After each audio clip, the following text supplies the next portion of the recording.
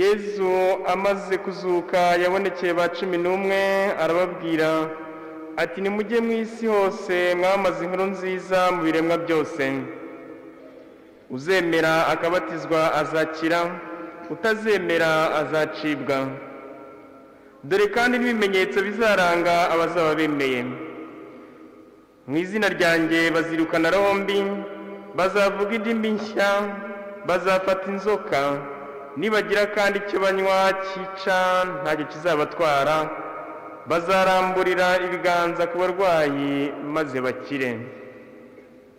Nuko Nyagasani Yezu amaze kubabwira atyo ajyanwa mu ijuru, maze yicara iburyo bw'Imana.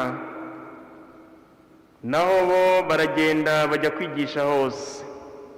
Nyagasani yabibafashagamo, kandi ijambo ryabo akarikomeresha ibimenyetso byariherekezaga. Iyo ni Ivanjili ntagatifu.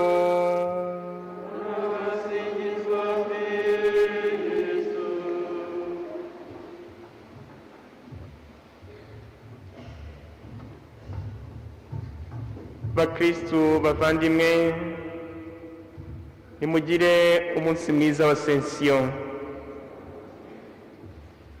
Kuri uyu munsi dufite ibyishimo byo guhimbaza umunsi mukuru wisubira mu ijuru rya Nyagasani Yezu Kristo. Amasomo matagatifu ya none araduha gucengera iryo banga rihuye cyane na Pasika. Asensiyo ihuye cyane na Pasika, kuko Nyagasani Yezu Kristo wazutse ni nawe ugaragaza ko wa mutsindo ujyanye n'umunezero uhoraho mu ijuru. Hamwe tuzirikana ko ubuzima bwacu bukwiye kuba ubwo kunezererwa muri Nyagasani. Ibyo byishimo rero natwe bikaba ibyacu. Turahimbaza rero uwo munsi mukuru, ariko tukaba twanahita twibaza ukuntu Nyagasani yagenda, ukuntu uwo dukunda yagenda adusize, maze tugakora umunsi mukuru nk'aho tumukize.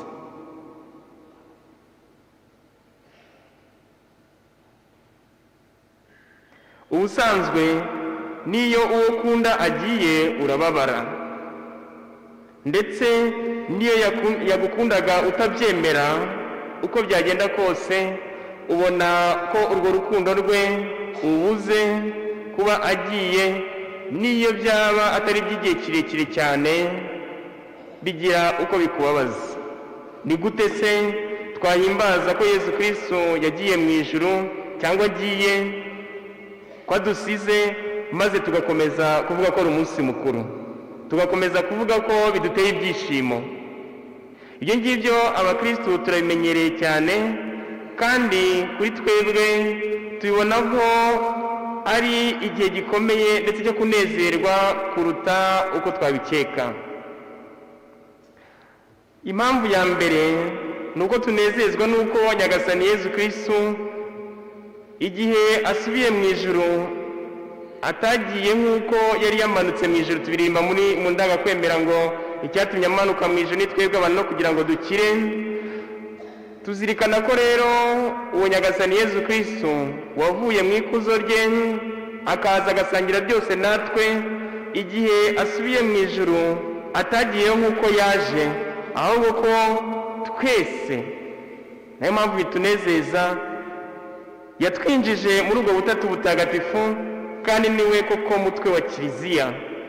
Maze rero tukishimira ko ubwo umutwe winjiye muri iryo juru, muri iryo byishimo, muri iryo kuzo, natwe bitworohera kuhagera.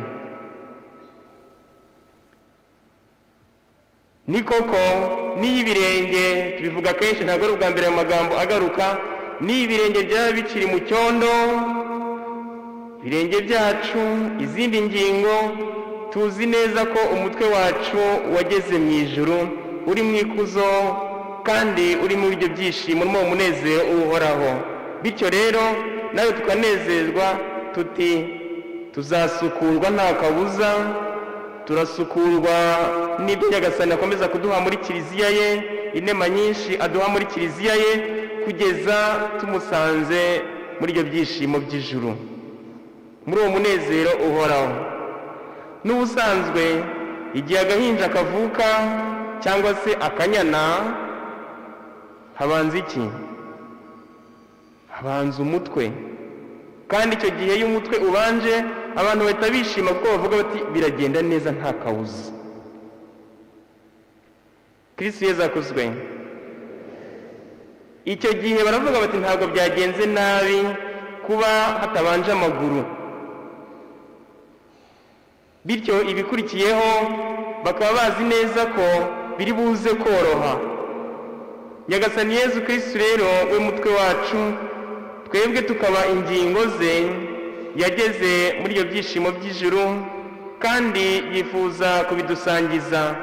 Nayo mpamvu igihe cyose nk'uko twari dutangiriye wenda kuri icyo kigereranyo cy'umubiri ufite umutwe n'izindi ngingo, n'igihe cyose hari ububabare, wa mutwe usa naho utanga amabwiriza hose cyangwa se utanga amakuru hose, igihe hari ububabare niyo yaba ari mwino cyangwa hehe, uwo mutwe uhita ubwira izindi ngingo zose, mwari muzi ko hari umuntu wari uri mu nzira yo kugarukira Imana, mwari muzi ko hari umuntu wajyaga asenga buri gihe none covid ikaba yaramuhejeje hasi burundu, yaratembagaye akeneye kongera kugaruka mu kiliziya agahabwa amasakaramentu, mwari muzi ko hari abantu babyaye bamaze amezi agera cyangwa se umwaka urenga batarabatirisha, mwari muzi ko haba hari ikintu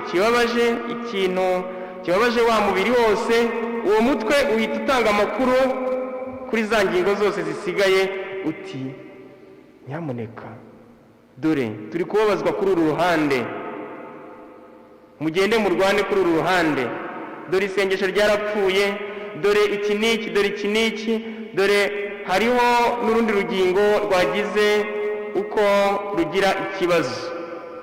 Nyagasani Yezu Kristo niwe mutwe wacu, maze tukamubera izo ngingo. Yezu Kristo rero yageze mu ijuru tukanezerwa. Twakora umunsi mukuru rero kuko agiye adusize, ariko twebwe abakristo bitubera umunsi mukuru kuko tuzi ko atubanjije muri ibyo byishimo kandi natwe ariho dukururira. Tugakomeza rero gufata kuri uwo mubiri kuko mu byumweru byabanje n'ubundi yavugaga ati ngende umuzabibu mwebwe mukaba amashami, kugira ngo noneho tuzakururirwe muri iyo byishimo, kuko uvuyeho nyine uratakara, ubura ubuzima, ntabwo ubugingo bwongera kugutemberamo. Ikindi gituma twishima tukavuga ko Yezu Kristo ageze muri ibyo byishimo by'ijuru, kandi bikatubera impamvu ikomeye yo kwizihiza, yo kugira tuti aragiye ariko niyo mahirwe yacu. Hari ujya akabya avuga ati Yezu Kristo ntabwo yagiye uko yaje, ahubwo yadutwaye mu ivarisi ye y'urugendo atugeza mu butatu butagatifu, turi mwaho ngaho. Biranejeje rero, n'ibyishimo. Icya kabiri gituma twishima ni uko Nyagasani Yezu Kristo yagiye cyangwa se asubira mu ijuru, ariko akaba hari ku bundi buryo, ndetse asensiyo ishimisha cyane. Nezezwa n'uyu munsi mukuru wa asensiyo cyane kubera ko isa neza na cya gihe umubyeyi, cyane cyane ababyeyi b'abagore, hari igihe yihisha y'akana ke kari gutaguza gatangira gutera intambwe,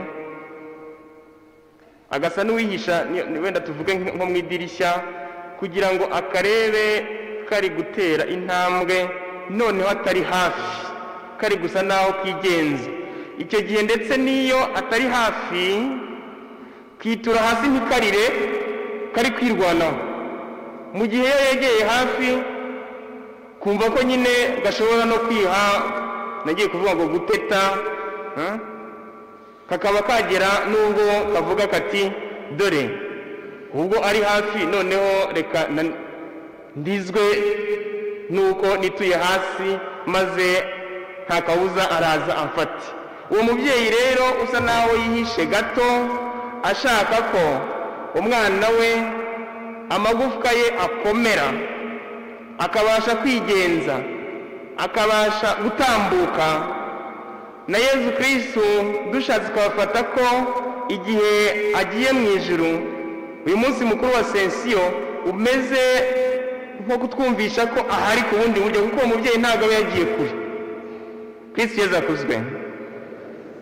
Yezu Kristo ntabwo yagiye kure, ari hafi yacu, ndetse ashaka ko iyo kiliziya isa naho yigenza, ariko izi neza idashidikanya ko ahari, ko ari hafi, nka wa mubyeyi nyine uri kureba ka gahinja ati kwituye hasi. Okay, noneho ndabona kongeye kakajya ejuru, kandi nabivuze nti icyo gihe ntabwo kaza kurizwa n'ubusa gusa kuko kituye hasi, karavuga ati ndongera njye mbere. Ntabwo uwo mubyeyi yaba yagatereranye. Nyagasani Yezu Kristo ntashobora kudutererana, ndetse mu masomo matagatifu ya none byagarutsemo kenshi cyane. Dore ndi kumwe namwe n'ibimenyetso, n'ijambo ryanyu nzarikomeresha imbaraga n'ibindi bimenyetso bituma mwumva ko turi kumwe, ko turi kugendana. Yewe tunakomeje na kiliziya ubundi igomba kubizirikana, twebwe abakristo tugomba kubizirikana. Kiliziya igomba kubyumva ko ibintu bidashobora kwikora byose, ikagira uruhare mu gutambuka, ariko izi neza ko Nyagasani ahari, ko Nyagasani atayiri kure, ko ndetse ikwiye kwibuka ko n'utwo igezeho twiza yadushobojwe nawe, kandi ushaka ko ikomera. Dore ko wa mubyeyi ari we usa nawe wasunikiye ako kana kugira ngo gatangire gutambuka. Nyagasani Yezu Kristo ni nkawe usunika iyo kiliziya n'utwo ngutwo twiza igezeho, n'utwo ngutwo umukristo agezeho twiza, akaba azi neza ko atari we ubwe utwigejejeho. Hari urugero batanga rw'akana ngo kagenderaga ku mbago, noneho kituye hasi. Mwarimu ngira ngo hari ku ishuri ubwo ngubwo, mwarimu noneho kareba gatangira kuvuga ngo mpagurutse. Mwarimu ati oya, gashaka gutangira kurira. Mwarimu ati haguruka. Kageze aho gafata imbago ngo kararwana kugeza gahagurutse, noneho karavuga ati wanze kumpagurutsa none ndihagurukije. Mwarimu arakabwira ati buriya ntabwo wihagurukije, ni njye uguhagurukije, ahubwo nkorize ku buryo wihagurutsa mbigizemo uruhare. Ni ukuvuga ngo iyo ntahaba nawe ubwo wagombaga guhaguruka nabi, ngutoje rero guhaguruka. N'ibyo kiliziya ishobora kugeraho byose, yaba kiliziya nyobozi, ngabo abepiskopi, abasaseridoti, ngabo abarayiki, ngabo mu rugo rwawe, n'ibyo ushobora kugeraho byiza byose, ugomba kuzirikana ko Nyagasani Yezu Kristo ari nkaho wabigusunikiyemo, ugusunikira muri iyo neza, muri urwo rukundo, muri urwo kugaragaza urwo rukundo rw'Imana, muri kugaragaza ko Imana ubwayo ari ibyishimo, ko Imana ubwayo ari impuhwe. Ntukeke ko ari wowe ubwawe ubyigejejeho, kuko no kwigira hirya gatoya ni ukugira ngo ya magufwa yawe akomere nyine nka ka gahinja. Ibyo rero bikarushaho kutunezeza, ntashobora kujya kure yacu namba, ndetse aba ashobora kutwegera cyane igihe tutameze neza, igihe turi mu burwayi, igihe turi gushaka kubora nk'aya mashami nyine yavuye ku muzabibu. Kuko twebwe inkuru nziza dutangariza nuko avuga ati ngo narya shami ryagiye kuma, noneho humura ndarigarura nkongera nkarishomeka, akwa gutwi wa mugani Petero akura kuri abandi baza gufata Yezu Kristo akagusubiza bati ntibishoboka. Kurongera kukagira amaraso agatemberamo bagukuyeho. Inkuru nziza nuko narya shami ryumye arikurura akarishyira akarigarura. Iyo rimwemereye birumvikana ko tutari amashami asanzwe, kuko dufite ubwigenge bwacu. Noneho rikajyaho rikongera rigatohagira, ubuzima bukongera bugatemberamo. N'ibyo twageraho rero, n'iyo kiliziya ishobora kugeraho, igomba guhora izirikana ko ari Nyagasani Yezu Kristo ubigezaho. Ni Yezu Kristo wazutse akajya mu ijuru, ukiri aho hafi, udashobora kujya kure, ariko kugira ngo tubashe no kwigenza, ariko tunagenda no kubera we, kuko ni nawe uba waduteyemo icyo cyifuzo navuze ngo ni umubyeyi ubasunikiye ako kana gutangira gutambuka. Bakristo bavandimwe rero, burya umwana yituye hasi bwa mbere maze tukamurinda kongera kwigira ejuru, yazakeka ko guhagarara no kugenda atari ibintu bye, agahoma aho nyine, wenda bakamujyana aho bagorora ingingo nyuma. Nyagasani Yezu Kristo rero yasubiye mu ijuru kugira ngo intumwa ze zumve ko agiye kubana nazo ku bundi buryo. Twemere nuko Nyagasani Yezu Kristo aduherekeza uko nguko nyine tubaye. Ubu se waba uri kumwe nanjye Yezu Kristo nkabaho ntya ngapfusha nkabura urubyaro nkangwa bigeze aha simbona ubutabera nkabura ikintunga, waba ukiri wowe se? Twemere ko nuko uwo nguwo wazutse aduherekeza uko tubayeho, kuko ni wa mubyeyi udukunda cyane niyo twakeka ko ari kure, niyo twakeka ko adahari kandi aba ari kumwe natwe. Dore ndi kumwe namwe kugeza mu mpera z'isi. Indi mpamvu ituma twishima y'ibyo byishimo byacu nuko Yezu Kristo agiye, yego, ariko asensiyo akaba atari ukugenda, ahubwo ari ukugumana natwe nyine adatangiwe n'ibihe n'ahantu. Ubu ntabwo twamubariza muri Palestina na Yerusalemu tugomba gusabira muri iyi minsi kubera iriya ntambara. Ntabwo ari hariya twamubariza. Ese uracuranga gute? Hasoni niko ndavuga wowe ucuranga.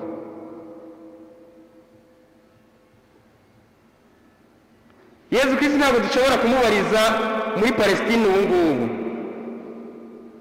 ntabwo twamubariza i Yerusalemu. Yasubiye mu ijuru kugira ngo ndetse tutigera twumva ko hari ahantu cyangwa se igihe gishobora kumushyira mu kintu kimeze ngiye kuvuga nk'akabogisi cyangwa se akantu k'agakarito. Ntabwo ashobora gukwirwa cyangwa gushyirwa mu Rwanda gusa, tujya twivuga ngo Imana yirirwa ahandi igataha i Rwanda. Ntabwo dushobora gufungira Imana ahantu hamwe, ntabwo twayifungira muri Kiliziya Gatolika gusa ngo bikunde, cyangwa muri Paruwasi ya Regina Pacis. Yezu Kristo wasubiye mu ijuru atugaragariza ko yahagutse cyane, ashaka kwigarurira abantu bose kandi natwe tubigizemo uruhare. Sibyo bakristo bavandimwe?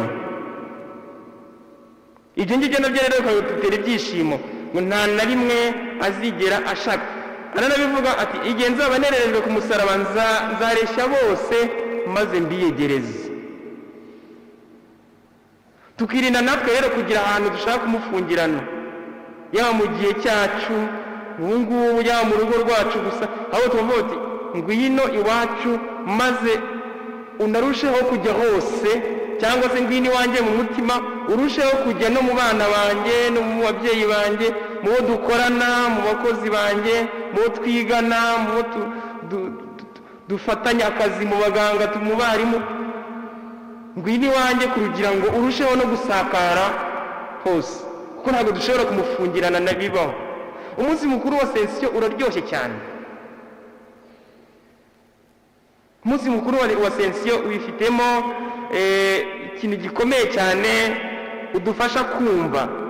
Ibi rero bituma twumva ko tutakwemera, ndavuga ukwemera kwa kundi dutangaza mu kanya indangakwemera yacu, kubera ko hari ijuru gusa. Ntabwo twemera kubera ko hari ijuru, ko tuzahembwa ijuru, ahubwo twemera kubera kugira ngo duhure n'urukundo rwitanga, bityo natwe tukaba abantu bitanga, kuko nuko nguko Imana iteye. Ubwo nibwo tuba tugiye kubaho mu ijuru rero.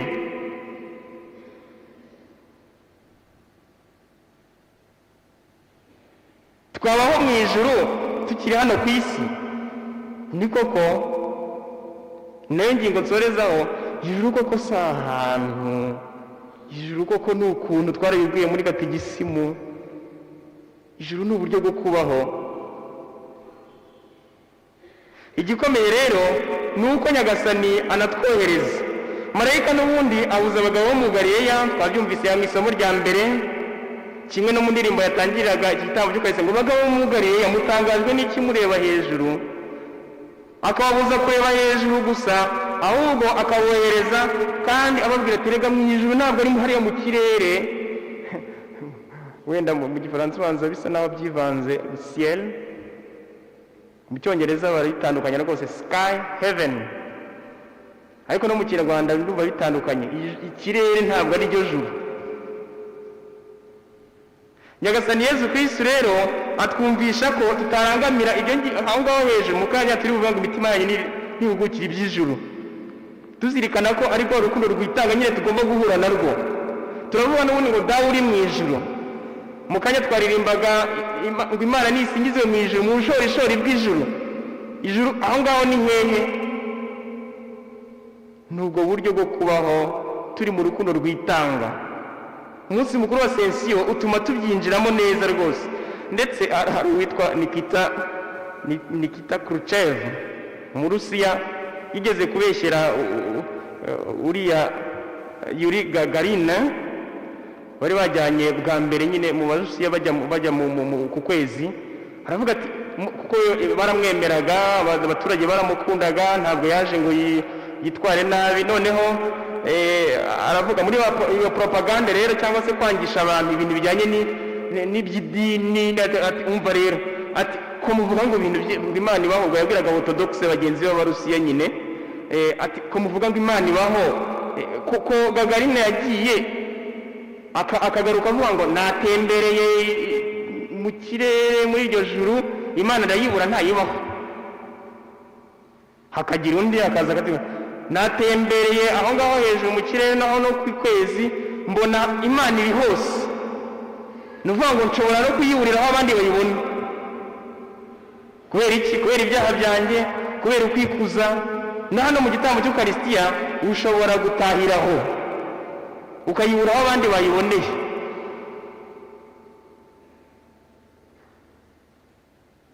Ni byiza ko dusaba Nyagasani kugira ngo duhure nawe, twumve ko tugenda nanone ku bundi buryo, ko ari kumwe natwe, kugira ngo ujye mu ijuru.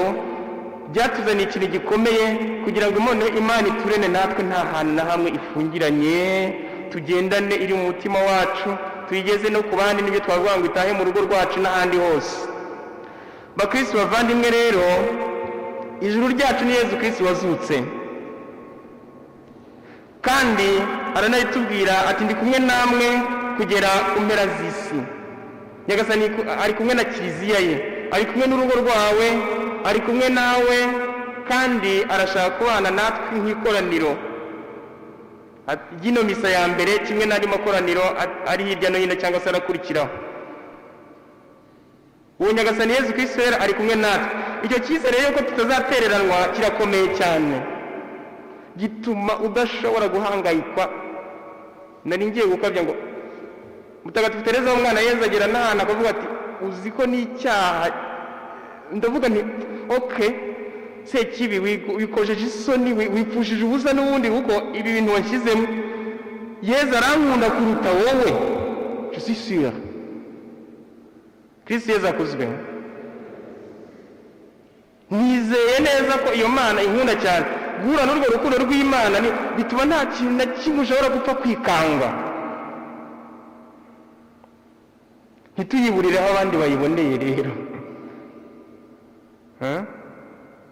Ntituyiburireho abandi bayiboneye kugira ngo Nikita tumubwire tuti umva rero buriya ntabwo niyo waba muri iyo propaganda yo kugira ngo abantu bange ubukirisitu, bange Imana, bayisuzume, ahubwo abantu barushaho kuyibona, kandi ibyo bikajya no mu buzima bwabo. Twemere ko Imana rero idutahamo, twemere ko Nyagasani Yezu Kristo wazutse akajya mu ijuru aza akabana natwe tukagendana. Nituza gutaha twumve turi kugendana. Hari nuza ariko ibyo no gukabya abantu n'abadominikani bigeze kugenda batoza abana ngo bakababwira ati nujya rero no kugira agakororwa ku ruhande, ndatangiye numva nafashwe. Ujye umenya ko turamenye ubwo se ubigize ku ruhande, noneho umumarayika ibyo cyo ko harimo gukabya. umumarayika muri kumwe nuvuga ngo kugira ngo batoze abana ko umumarayika murinzi bari kumwe ko Yezu Kristo bari kumwe, tutabigirira aho ngaho maze tukumva ko turi kugendana na Nyagasani Yezu Kristo wazutse, ari nawe wasubiye mu ijuru. Ni koko arashaka ko tutareba hejuru bagabo bo mu Galileya cyangwa se bantu biremera mwireba mu kirere, ahubwo nimugende mwamamaza inkuru nziza. Marayika nibyo ngibyo abuza abagabo bo mu Galileya, abuza bari abigisha, nimugende mujye Kimironko, nimugende mujye Kanombe, kubera ko turi hano dutuye i Remera gusa, nimugende mujye Nyamirambo, mujye hehe, mujye mu ntara, no kuri WhatsApp yawe wivuge ko Nyagasani Yezu Kristo ahari, ko Nyagasani Yezu Kristo muri kumwe.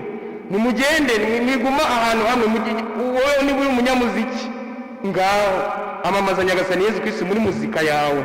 Yezu Kristo aranabivuga ngo simbasabira ko bava ku isi, ntibavana ku isi, ahubwo batagatifurize mu kuri kwawe.